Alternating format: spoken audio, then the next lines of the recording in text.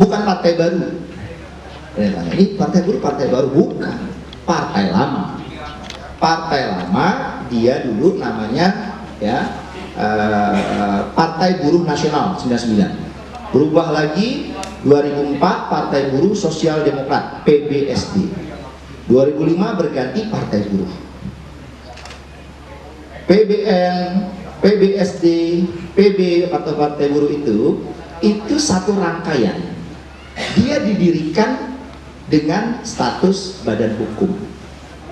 Badan hukum ya itu dianggap sebagai orang, padahal hanya selembar kertas menyatakan bahwa ini badan hukum. Dia selembar kertas, benda mati, tapi di dalam hukum dianggap sebagai orang. Tuhan ciptakan manusia namanya orang. Dalam bahasa Belandanya itu naturlech persoon. Apa Mbak? Oh, persoon aja ditahunya. Naturlech persoon. Orang pribadi. Orang pribadi. Orang dalam hukum itu melakukan perbuatan hukum. Kita belanja, beli ke Indomaret, ke Alfamart, ke mana, ke warung-warung ya kan. Terus kita melakukan apa, misalnya nabrak orang di jalan, atau kita membuat perjanjian sama orang, itu perbuatan hukum namanya. Ada konsekuensinya, ada pidana, ada perdata, dan macam-macam. Tapi kata hukum nggak cukup nih orang, karena itu orang pribadi. Kalau orang ngumpul, gimana tuh statusnya? Siapa yang tanggung jawab terhadap organisasi ini? Maka diciptakanlah orang fiktif. Orang fiktif namanya badan hukum. Yang saya bilang selembar kertas itu kan badan hukum yang bikin kan negara. Status badan hukum. Badan hukum bahasa Belandanya recht persoon. Apa Mbak? Wow, mantap ini negara. Recht persoon. Naturlech persoon orang pribadi. Recht persoon badan hukum. Tapi benda mati, dia hanya bisa menjalankan kegiatannya dengan perantaraan pengurus. Maka ada pengurus organisasi. Kalau orang pribadi, saya misalnya merugikan orang lain, tanggung jawabnya saya sendiri. Saya menimbulkan kerugian buat orang, denda 100 miliar. Ya tuh sampai harta saya, istri saya pokoknya masih ada kaitan sama saya, itu harus dijadikan tanggung jawab saya. Beda kalau badan hukum. Saya misalnya jadi direktur perusahaan, jadi pengusaha, punya perusahaan. Perusahaan ini badan hukum. Jadi kalau ini perusahaan sama harus nanggung kerugian 100 miliar kayak saya tadi, itu nggak nyangkut uang saya pribadi saya di rumah, hanya uang perusahaan saja. Paham kalau sini? Itu bedanya tuh. Tanggung jawab hukumnya beda. Lantas perusahaan ini misalnya rugi, ya tanggung renteng. Ke perusahaan ini melakukan pelanggaran pidana, pengurusnya yang kena. Yang tanggung jawab di bidang itu siapa? Misalnya menyebabkan longsor. Longsor itu di perusahaan itu ada bagian divisi apa tuh yang berkaitan dengan sosial CSR tuh ya misalnya kayak gitu. Nah itu yang kena nanti bisa, karena dia mungkin membangun atau bagian operasional, bikin tembok yang mengganggu arus sungai, kemudian akhirnya roboh, nimpa orang mati. Itu tanggung jawabnya bukan si tukangnya, si perusahaan. Ada perusahaan dicek lagi siapa yang bertanggung jawab. Oh, direktur operasional, dia yang kena. Itu contoh-contoh perbedaan orang pribadi natural person dengan yang namanya recht persoon atau badan hukum. Pertanyaannya, apakah FSPM itu badan hukum? Apakah serikat pekerja itu badan hukum? Kalau kita rujuk undang-undang SPSB, serikat pekerja serikat buruh, dia bukan badan hukum. Dia organisasi biasa, organisasi pada umumnya, ya. Tetapi dia diberi ciri-ciri badan hukum. Dia bukan badan hukum. Karena kalau badan hukum harus disebut itu badan hukum. Dalam undang-undangnya harus disebut dia badan hukum. Nah, si FSPM ini karena merujuk undang-undang SPSB, dia statusnya bukan badan hukum. Maka Garda Metal juga bukan badan hukum. Yang badan hukum apa? Satu, yayasan, itu badan hukum. Dua, koperasi, bikin koperasi. ya, dapat izin dari Menteri Hukum dan HAM dan sebagainya, itu badan hukum. Perseroan PT teman-teman kerja nih, itu kan PT apa itu badan hukum. Serikat bukan, dia diatur tersendiri di Undang-Undang SPSB. Ada lagi yang bukan badan hukum, organisasi juga. Ormas, misalnya ada apa, ormas Banten apa itu ya, apa tuh BPPKB, ada ormas Pemuda Pancasila, ada macam-macam ormas. Dia diatur oleh undang-undang ormas. Serikat diatur undang-undang SPSB. Ormas diatur di undang-undang ormas. Partai diatur oleh undang-undang partai. Maka Garda Rakyat karena bagian dari partai, dia tunduk pada undang-undang partai politik, tidak lagi tunduk pada undang-undang SPSB. Sebagai Garda iya, tapi sebagai Garda Rakyat beda. Ngerti ya? Itu cara membedakannya. Supaya teman-teman tahu nih cara bersikap, bertingkah laku, bertindak ke depannya sebagai anggota Garda Rakyat. Sekarang karena dia berbeda, hak kewajibannya beda. Partai boleh apa saja, nggak boleh apa saja. Serikat boleh apa saja, yang tidak boleh apa saja, beda diaturnya ini. Oke? Salah satu yang mirip adalah Serikat Pekerja Serikat Buruh dengan Undang-Undang 2000 SPSD itu boleh kita sebut sebagai undang-undang mahkotanya buruh. Itu yang sekarang diusulkan mau direvisi, itu kita tentang betul. Pokoknya kalau bisa sampai kiamat undang-undang jangan diubah. Karena luar biasa, satu-satunya organisasi yang diakui oleh negara, bahkan dikasih kewenangan oleh negara melakukan pemogokan massal, mogok nasional, itu cuma Serikat Buruh. Yang lain nggak boleh, hanya Serikat Buruh. Nah itulah oleh para pengusaha hitam dan oligarki di DPR sana mau diubah undang-undang, kita tolak. Kedua, kelebihannya dalam undang-undang SPSB, yang namanya serikat, dia hanya bisa dibubarkan oleh pengadilan. Nggak bisa tuh pabrik bubarin, nggak boleh. Pemerintah bubarin misalnya, Menteri Tenaga Kerja bubarin tuh FSPMI, nggak bisa. FSPMI hanya bisa dibubarkan oleh pengadilan. Itu jaminan undang-undang SPSB. Kalau pengadilan, prosesnya pihak yang dirugikan dengan adanya FSPMI termasuk Garda Rakyat itu mengajukan gugatan ke pengadilan umum lewat pengadilan negeri dan seterusnya sampai ke Mahkamah Agung putusan terakhir. Sekarang apa bedanya dengan partai? Oh, lebih dahsyat nih kawan-kawan. Kekuatan hukum Garda Rakyat karena dia bagian dari Partai Buruh lebih kuat dari Garda Metal. Apa yang kuatnya tadi?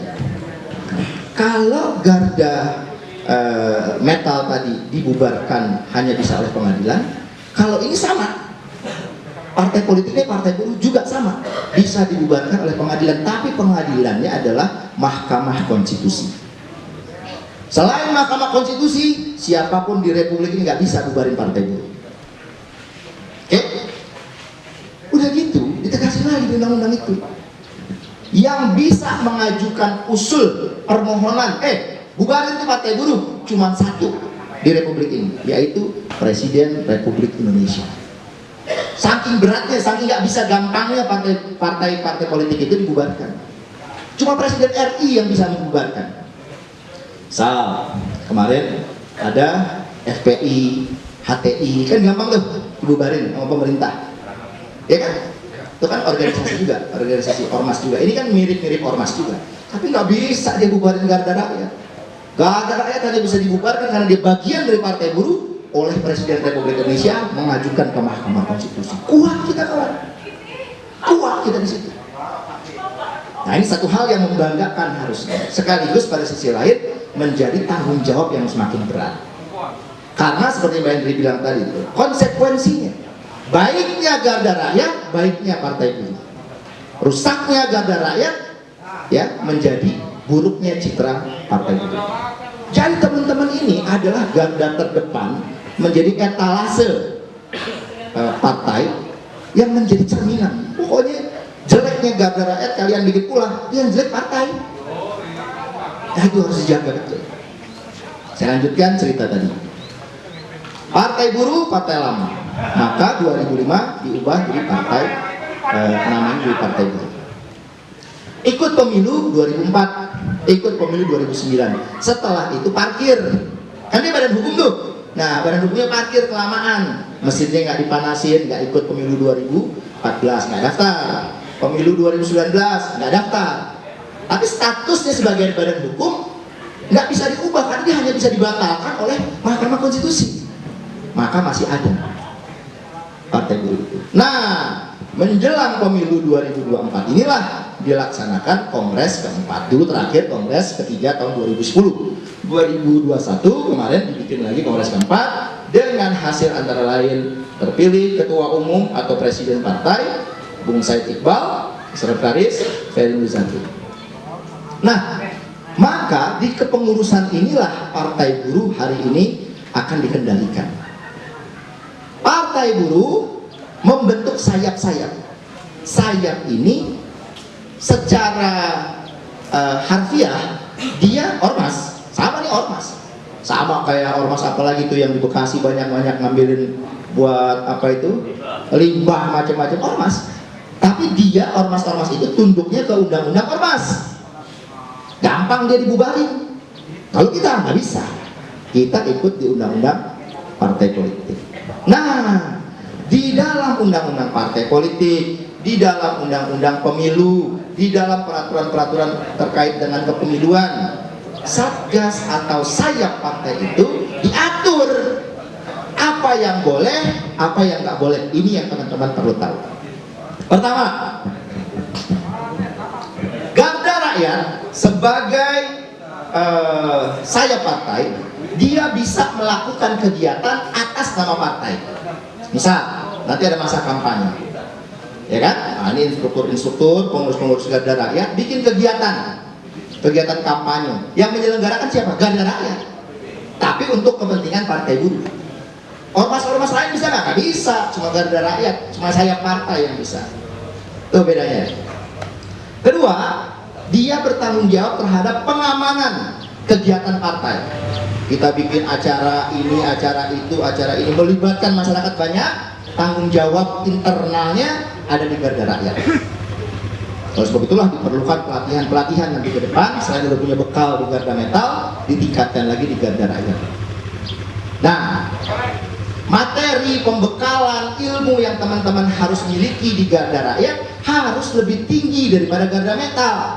Kenapa harus lebih tinggi? Karena tanggung jawab, kebutuhan, kepentingannya lebih berat. Kan kalau di FSPNI, Garda Metal paling ngawal pimpinan, ikut demo, jadi jaga barisan, kan sebatas itu. Tapi kalau di sayap partai, organisasi partai, itu banyak sekali kegiatannya dan tanggung jawabnya berat. Pada sisi lain juga kita punya kelebihan. Datang.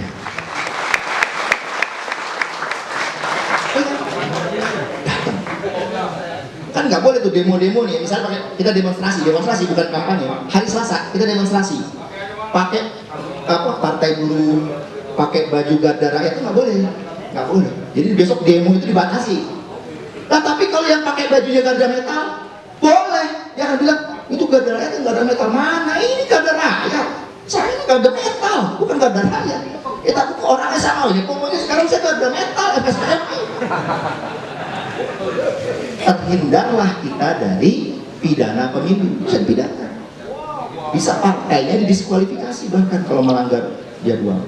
Garda Rakyat punya kekuatan atau derajat hukum yang lebih tinggi dibanding Garda Metal karena undang-undangnya mengatur begitu.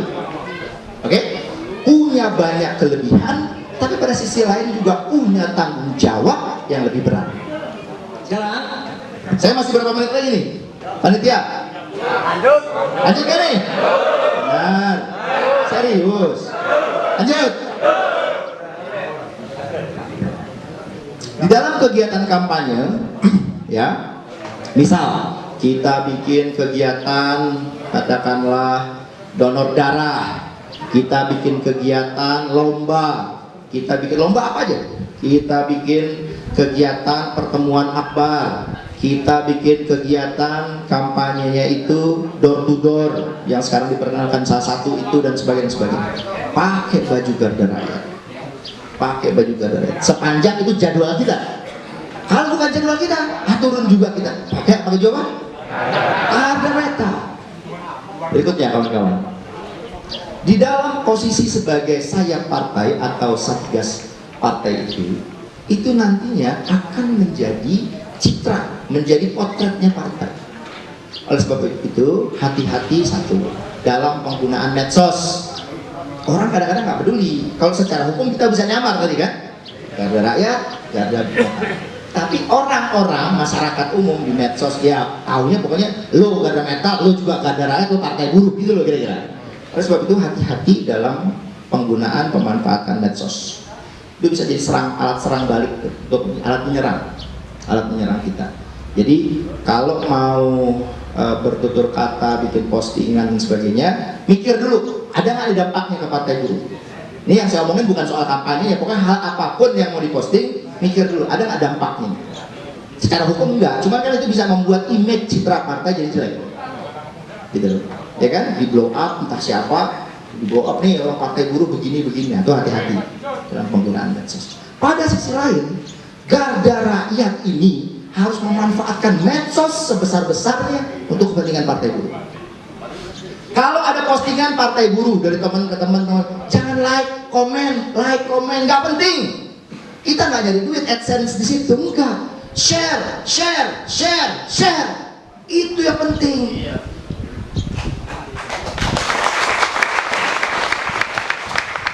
Di atas mobil komando, waktu pergerakan dari depan gedung DPR menuju Gelora Bung Karno tanggal 14 Mei, May Day Fiesta, saya langsung mengambil dari handphone saya. Ya, ada presiden partai buruh di situ, masa yang begitu banyak, petani lusuh yang datang dari kampung modal duit sendiri udah tua, dia masih mau ikut kayak gitu tanpa dibayar. Itu kan luar biasa. Efeknya buat rakyat luar biasa. Belum lagi di GBK, defile Kapolri bersama pimpinan partai buruh dengan KSPSI, terus kemudian masa yang begitu banyak di gedung di area Gelora itu sedikit sekali yang share. Kebanyakan komen, jangan kawan. Boleh, bukan nggak boleh, tapi nggak cukup like, komen, share. Saya begitu. Pokoknya siapa saya nggak kenal, mau dari Garmet, mau dari Bakor, di Brigade, siapa aja asal udah partai buruh saya share. Supaya jangkauan atau distribusi informasinya tentang partai buruh semakin besar. Kita nggak bisa ulang lagi kawan, itu adalah peristiwa politik paling spektakuler tahun 2022. Saya pastikan, nggak ada yang bisa ngalahin kita tahun 2022 minimal. Contoh, dalam peraturan KPU diatur begini. Sekarang, Bung, KTP-nya mana? KTP-nya alamatnya kabupaten mana? Kota mana? Bekasi. Tinggal di Bekasi? Tinggal di Cibarusa. Cibarusa itu kabupatennya sama? Ada nggak yang tempat tinggalnya hari ini kontrak kayak apa beda dengan alamat KTP angkat tangan? Ada. Coba apa? Salah satu aja. Apa Bung? Kuningan, Jawa Barat. Sekarang tinggal di Bekasi. Kalau ikut peraturan KPU, Bung siapa namanya? Bung Purnomo ini dia hanya boleh menjadi anggota partai buruh di Kuningan karena KTP-nya Kuningan. Itu kalau ikut aturan KPU. Maka nanti ketika masa verifikasi itu pemeriksaan, KPU ngecek bener nggak nih partai buruh punya anggota sekian di Kabupaten A, Kabupaten B seluruh Indonesia. Jadi anggota itu basisnya kabupaten. Bung Purnomo hanya boleh terdaftar sebagai anggota partai buruh di Kuningan karena KTP-nya Kuningan. Maka dia akan diverifikasi ke Kuningan. Ada nggak Bung Purnomo di situ? Nggak ada, wong dia tinggal di Bekasi, maka dia akan dicoret. Itu merugikan kita. Nggak boleh orang mau jadi anggota partai dibatasi oleh syarat administratif yang namanya KTP. Nggak boleh. Saya nih, KTP saya DKI Jakarta, Kota Jakarta Timur. Saya mau caleg di Papua. Apakah saya harus bikin KTP Papua? Enggak, KTP saya tetap di sini. Padahal saya mau jadi calon pejabat negara yang akan bikin undang-undang kalau saya masuk DPR. Nggak diperlukan. Lah ini orang cuma mau ikut partai. Ya cuma lucu-lucuan aja gitu. Diminta Anda harus sesuai daerahnya. Ngawur itu. Itu melanggar konstitusi, melanggar juga hak asasi manusia. Dalam ilmu hukum tata negara, kebetulan background saya, disebut sebagai non-derogatable right. Satu hak asasi manusia yang tidak boleh dikurangi dalam keadaan apapun oleh siapapun, termasuk negara. Nggak boleh. Sekarang dia bikin aturan begitu. Nah sekarang kalau yang seperti Bung Purnomo di sini itu berapa banyak tadi angkat tangan, apalagi se-Indonesia ini. Saya juga begitu, saya kota Jakarta Timur, tapi saya domisilinya di Bogor, udah beda provinsi tuh, Jawa Barat. Saya bilang kalau saya harus terdaftar di Jakarta Timur, Anda verifikasi saya datang, nggak ada uang rumahnya, ada kosong, KTP-nya doang. Kalau begitu ceritanya, banyak anggota partai buruh nanti yang dicoret. Dalam istilah KPU, TMS tidak memenuhi syarat. Itu kita lawan. Kita ngomong kemarin di sana. Kedua, saya buat simulasi berdasarkan undang-undang pemilu. Masa kampanye kurang lebih 7 bulan sampai 9 bulan. KPU tunduk sama DPR. DPR itu kan partai juga. Calon kompetitor kita itu kita akan bersaing dengan dia. 9 partai di Senayan itu. Bajunya aja DPR. Ya kan hatinya kan partai. Deal KPU dibikin 75 hari. Kita ngomong kemarin. Kalau KPU besok dalam peraturannya bikin 75 hari bukan 7 bulan sampai 9 bulan, kami duduki kantor KPU. Otak kalian Pak KPU, supaya baik. Kita nggak perlu begitu. Karena dia melanggar undang-undang, kita lawan. Maka statement saya kemarin lumayan agak populer. Nanti saya jelaskan antara populer dan viral. Agak populer. Saya bilang, kalau KPU memaksa, kami dengan sangat terpaksa kami akan lawan KPU, kami duduki kan KPU. Itu goncang kawan, goncang. Ngeri juga itu. Itu bedanya partai massa dengan partai kita ini partai massa kawan. Orang bilang soal dikit-dikit demo, so what? Apa larangan itu? Apa yang mana undang-undang yang melarang kita melakukan demonstrasi? Atau orang itu kalau jadi partai udah nggak perlu lagi turun ke jalan. Ya nanti kita kalau punya kursi mungkin kita nggak turun ke jalan, tapi kalau dukungan kita kursi kita kurang, tetap kita turun ke jalan. Itu sudah jadi jati diri kita. Orang jalanan ya kan, kita tetap akan turun. Itu pentingnya kawan-kawan kita menyebarluaskan informasi supaya kawan-kawan di daerah itu bisa mengenal kita di fungsi pendidikan politik. Di Jawa Timur. Saya beri contoh, ada kan di Jawa Timur? Jawa Barat semua ini ya? Jawa Barat Banten ya? Misalnya ya, di Kabupaten Madura, di Pulau Madura ada 4 kabupaten. Tadinya nggak ada pengurusnya, partai buruh. Karena dianggap udah cukup, nggak usah partai di Madura. Tiba-tiba ini agak bermasalah di beberapa kabupaten, terpaksa harus membentuk di Madura. Maka Mbak Indri kasih koneksi kawannya, kita undang orang Madura, 12 orang datang ke Surabaya. Tapi dia bilang, saya harus ketemunya Bang Said. Oke, saya datang ke sana 4 jam sambil saya bikin foto, video, Mayday ya, dan sebagainya. 4 jam. Saya bilang, udah gabung partai buruh jadi pengurus. Kan belum ada SK, belum apa-apa tuh, baru masih tahu mau nggak jadi partai buruh, mau jadi pengurus. 1 jam kemudian saya terbang, saya ke Bandara Juanda, mau terbang ke Denpasar, Bali.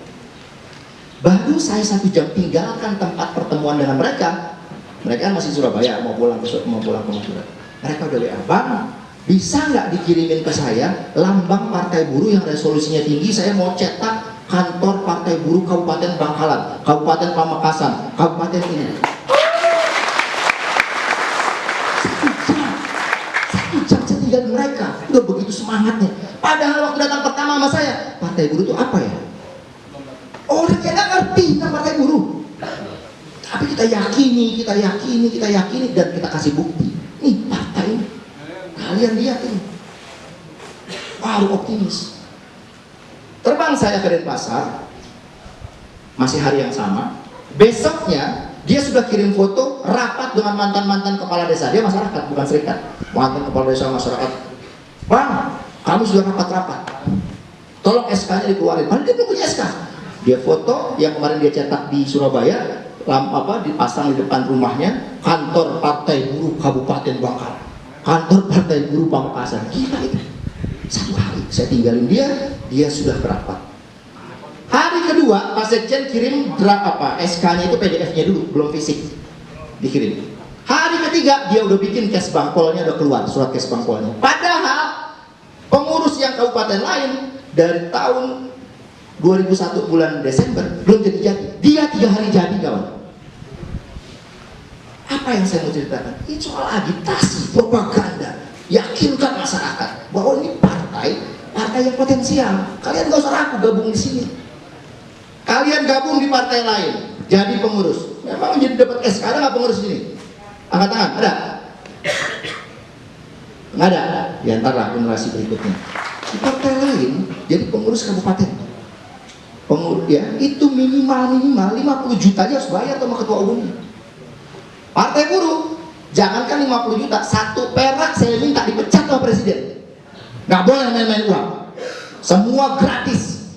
Saya bilang, kalau Anda masuk partai lain, Pak, berapa uang yang harus disiapkan? Apalagi kalau partai itu sekarang punya kursi. Hasil dari 2019, nilainya tinggi. Karena dia langsung jadi pejabat, punya anak buah di DPRD, jadi anak buah dia. Jadi, pengurus provinsi, ratusan bahkan miliaran kalau di situ posisi gubernurnya dari partai itu. Bayar partai buruh, no, gratis. Coba Pak, pilih mana? Gitu cara ngeyakinin. Kedua, kalau Anda mau jadi caleg, mau jadi gratis. Mana ada bayar? Kecuali Anda ditarik nomor urut pojok cuma buat pelengkap doang, penggembira, iya. Partai buruh 0%, 0 rupiah. Presiden partai buruh bilang, siapa main uang, pecat. Nggak peduli siapapun dia. Kita mau bangun partai ini dengan sesungguhnya, dengan benar-benar serius. Kita mau ubah keadaan bangsa ini supaya kita nggak ikut cara-cara partai-partai lain yang oligarki itu. Kita militan di sini. Lantas, Anda mau jadi bupati, wali kota, kan perlu dukungan partai-partai lain. Memangnya nggak bayar? Oh, itu namanya ongkos sewa perahu, miliaran itu bupati, wali kota itu. Udah penuh, pokoknya kantong kita lebarin segini aja. Presiden bilang, siapa main-main uang, pecat. Wah, saya betul Pak. Sekarang saya ada nggak saya minta 1 perak dari Bapak? Bapak kasih, saya tolak. Apalagi saya minta, nggak mungkin. Baru dia sadar, wah ini beda nih partai. Itu sebenarnya. Tempat lain, aduh Pak, partai buruh apa ya? Gimana caranya saya berpartai? Saya belum pernah berpartai. Bapak apa kegiatannya, bisnisnya Pak? Saya ikan Pak, ternak ikan. Oke? Bibit Bapak dari mana? Dari Dinas Perikanan. Bapak dapat, wah susah Pak, setengah mati. Mau audiensi dengan kepala dinas saya sebulan baru disetujui surat saya. Saya bilang, Bapak jadi pengurus kabupaten di sini, jadi ketua kabupaten di sini, besok kepala dinasnya datang ke kantor Bapak. Kok bisa begitu Pak? Iya, karena bupatinya ketua partai lain, Bapak ketua partai. Kegiatan KPU, Bawaslu, DKPP, Kemendagri, macam-macam, bikin kegiatan. Ada protokolnya, ketua partai semua di depan. Emang kata Bapak partai itu duduknya di pojok? Enggak, bareng dengan bupati. Pak Bu, bagi nomor WA dong. Pak, ini kepala dinas susah sekali. Oh ya, karena udah berkawan kan. Tapi dia nggak dianggap orang. Kepala dinasnya nggak mau nemuin dia. Tapi karena bupatinya ini ketua partai, dia ketua partai, kedudukannya setara. Sebagai ketua partai, tinggal dia coret aja sama mereka. Wah, benar juga. Bapak bisnis ikan, kemana distribusinya, marketingnya, pemasarannya? Kabupaten ini. Bapak jadi ketua, 1 detik Bapak dapat SK, Bapak bisa lempar di ikan ke seluruh Indonesia. Bapak akan berkawan dengan ketua partai buruh tingkat kabupaten se-Indonesia yang jumlahnya 480. Baru kepikir dia. Wah, benar juga nih kata dia kan. Bapak nggak puas, ada bikin bisnis ini. Partai ini satu-satunya partai yang berjejaring secara internasional. Berapa banyak presiden, perdana menteri di luar negeri, di negara-negara lain itu kawannya presiden kita, kawannya Bang Iqbal. Dia tinggal kawan, halo partai buruh Selandia Baru, kira-kira bisa nggak tuh saya ekspor ikan? Oh siap. Halo partai buruh Brazil, bisa nggak kita ekspor encuk nih? Ya, apalah gitu. Ya, partai buruh mana? Australia, dia ada kerupuk nih banyak nih. Gimana caranya kita ekspor? Bisa. Wah, harus terpikir kan mereka. Nah itu loh. Jadi harus ada kreativitas, ada cara, ada metode yang harus agitatif. Itu propagandanya harus kuat. Nah itu fungsi teman-teman juga. pendidikan politik. Jadi sekali lagi, ada pengamanan, ada pelindungan, yang ketiga adalah pendidikan politik. Nanti pengurus Garda Rakyat yang akan mengatur program-program kegiatan, pelatihan-pelatihan dan sebagainya. Nah itu nanti termasuk yang saya bilang untuk kegiatan pelindungan, ada SAR, ada kegiatan untuk ini, mas ini mas. Bang Andos sini. Nah, jadi untuk kegiatan-kegiatan yang sifatnya sini mas. Sini, Bill. Nah, nanti akan ada kegiatan-kegiatan yang sifatnya untuk pelatihan-pelatihan search and rescue, nyari orang hilang di gunung, hutan rimba, bikin kegiatan kebut gunung, bikin kegiatan opsi, bikin kegiatan susur sungai, orang ada yang hilang di sungai dicari, bersih sungai dan sebagainya. Ada kegiatan, satu peristiwa katakanlah longsor, kebanjiran dan sebagainya. Garda Rakyat harus menjadi garda terdepan yang duluan nancep pintu bendera partai buruh. Tapi harus ada ilmunya. Nah, saya perkenalkan, inilah kawan-kawan kita, senior-senior kita yang nanti akan berhubungan dengan teman-teman sebagai instruktur di Garda Rakyat di tim search and rescue. Nah, ini kawan-kawan senior-senior saya secara umur sebenarnya saya mudaan dari beliau-beliau ini, gitu. Cuma semua nurut sama saya. Ya, jadi kawan-kawan semua di basisnya dulu di Gunung Salak, ya di Gunung Salak. Kalau teman-teman yang sering naik gunung lewat Kawah Ratu jalurnya dia Salak 2. Nah, yang tahun-tahun 90-an lahir tahun berapa sih? Nih, tahun 90-an lahir? Udah, 90, tapi baru umur segini gitu ya. Nah, itu saya sudah ada basecamp. Nah, kawan-kawan ini nanti ya yang akan ikut membantu. Ini yang pertama paling senior saya ini ketua, ya posisinya ketua keluarga pecinta alam Nusantara, disingkat Kelapa Nusantara. Ini Bang Tangguh, biasanya sebutnya Mas, karena orang Jawa. Mas Tangguh, singkatannya Mas Teng. Ayo Mas Teng. Mas Teng, ya beliau ini senior saya. Ini sesepuh juga di Gunung Salak, punya jaringan banyak. Beliau tuh kemarin ketua rescue Kiblat itu di Partai Gelora. Partai Berkarya. Beliau tinggalin Berkarya karena ikut saya ke partai saya sebelumnya, yang saya malas nyebutnya, ya kan? Nah, saya keluar, beliau keluar. Nah, sekarang beliau juga gabung di Partai Buruh. Kasih tepuk tangan buat Mas Teng. Terus ini ada lagi Bang Billy. Bang Billy sama juga nih. Ini Bang Billy juga. Ya, ini kawan saya yang biasa kalau kegiatan-kegiatan di hutan rimba, ada orang jatuh ke Kawah Ratu ya di Gunung Salak segala macam. Nah, ini orang tuh naik Kawah Ratu sekali udah ngomongin, dia sehari bisa nolongin orang 3 kali naik ke Kawah Ratu. Nah, dan ini juga aktif di pengamanan ya, kegiatan konser-konser musik macam-macam yang perlu pengawalan. Nanti pas saya makanya dia selalu bawa HT ini. Ini HT nggak main-main, ini nyambung ke Eropa segala. Asia Plus buat Bang Billy nih. Nah, yang ketiga ini Bang Teo. Bang Teo juga nih, ini orang yang luar biasa, ini persahabatannya luar biasa. Ini orang ya yang juga dulu sering membantu orang hilang dan sebagainya di Gunung Salak dan di beberapa daerah ya, juga terlibat dalam beberapa kegiatan-kegiatan kebut gunung dan sebagainya, sama Ciliwung bersih ya, teman-teman kita nanti akan bergabung. Kasih plus buat Bang Teo. Berikutnya Bang Ando. Nah, ini panggilan Bang Landos nih. Inilah instruktur jujitsu kita nanti. Kasih tepuk tangan dulu Bang Landos. Dari badannya kelihatan kan? Gitu. Jadi waktu saya jadi sekjen di partai yang yang awal-awal saya beliau nih, Bang Ando. Nah, nanti yang akan juga ikut membantu untuk pelatihan bela diri buat teman-teman. Kasih aplaus buat Bang Ando. Selanjutnya lagi-lagi siapa? Bang Sigit. Nah, kalau Bang Sigit sekarang udah masuk, bahkan ini adalah nanti masuk sebagai wakil ketua Exco Partai Buruh Jakarta Pusat. Ini Bang Sigit. Lanjut, selanjutnya siapa lagi? Bang.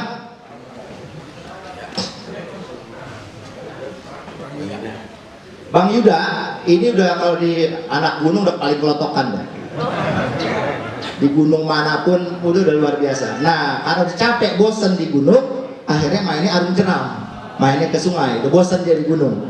teman-temannya di hutan udah males berteman sama Bang. Ya kan, dia cari itu encuk segala macam tuh di ini kan, di buaya-buaya di sungai, di macam-macam. Nah, ini harum jeram. Kasih aplaus buat Muda. Terus ada yang belum? Udah semua? Bang Edi, ini Bang Edi juga senior saya. Bang Edi ya, kalau di gunung di bidang apa namanya lingkungan hidup dikenal juga, termasuk di jaringan radio itu ya, apa komunikasi ya, Rankom. Nah itu juga perlu, teman-teman nanti kan perlu tuh memahami tentang hal ihwal terkait dengan jaringan komunikasi itu, ya kan kalau kita nggak bisa ngandelin sinyal di gunung, di hutan, di mana ada longsor, terputus jaringan internet, kan perlu Jarkom. Nah beliau juga nanti akan bantu kita. Kasih aplaus buat beliau. Ya semua ya. Oke, kawan-kawan, karena ini udah mau jam 12:30 waktu saya tutup 5 menit terakhir. Kawan-kawan sekalian, ya. Poin pertama, ya, pahami fungsi garda rakyat. Satu, fungsi pengamanan, mengawal, menjaga keamanan, ketertiban dan sebagainya. Kedua, fungsi pelindungan, tunjukkan sama rakyat kita garda rakyat, garda pelindung rakyat. Kita memainkan fungsi yang kedua. Yang ketiga, pendidikan politik. Pendidikan politik, manfaatkan itu medsos kalian. Udahlah, nggak usah itu kemarin utangnya belum dibayar, nyindir orang lewat WA, lewat apa, udah. Jangan lagi ini baru putusin pacar, udah jangan begitu-begitu dah. Ya, pokoknya tiap hari partai buruh gitu aja. Ya, itu 3 hal yang paling penting. Jaga nama baik partai buruh, karena etalase terdepan partai buruh adalah garda rakyat. Teman-teman inilah semua yang akan menjadi citra partai. Kita turun aksi, kita bikin kegiatan, nanti kan bajunya nggak lagi garda metal, kecuali bukan jadwalnya partai buruh kampanye, baru garda metal pakainya. Ya, itu tolong teman-teman pahami. Saya ucapkan terima kasih, selamat mengikuti kegiatan inaugurasi ini. Kita ketemu dari kesempatan. Partai buruh, partai buruh, partai buruh. Assalamualaikum warahmatullahi wabarakatuh.